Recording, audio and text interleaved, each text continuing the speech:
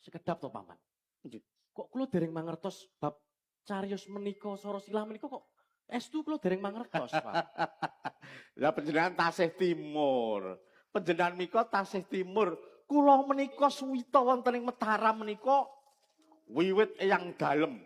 Penemban Senopati mandhapipun Panemban Seda Krapyak lajeng Rama dalem Sultan Agung Anyakrawati. Lah kula mangertos Sora Silah panjenengan menika dados menawi sak menika ingkang jumejer dados ratu inggih Saiden Amangkurat Raka dalem menika sejatosipun klentu Den.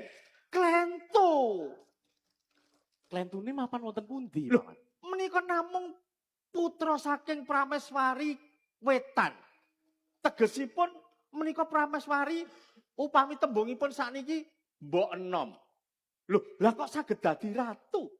Kamangka ibunipun si Mamangkurat menika namung putra adipati saking Batam Upasanta wayahipun Amangkurat menika wayahipun juru mertani wong desa esa-esa.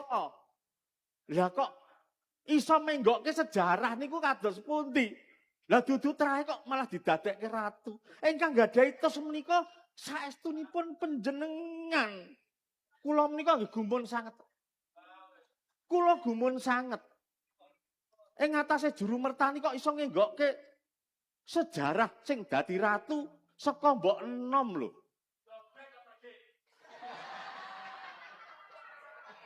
Paman. Menika tinemune wingking kemawon.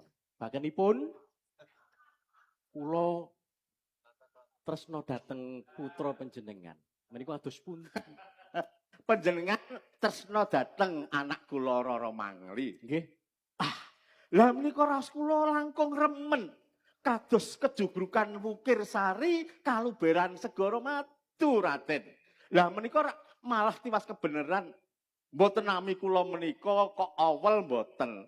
Ning kepara mangke menawi panjenengan menika dados ratu, anak kula saged mukti dados Prameswari Raden.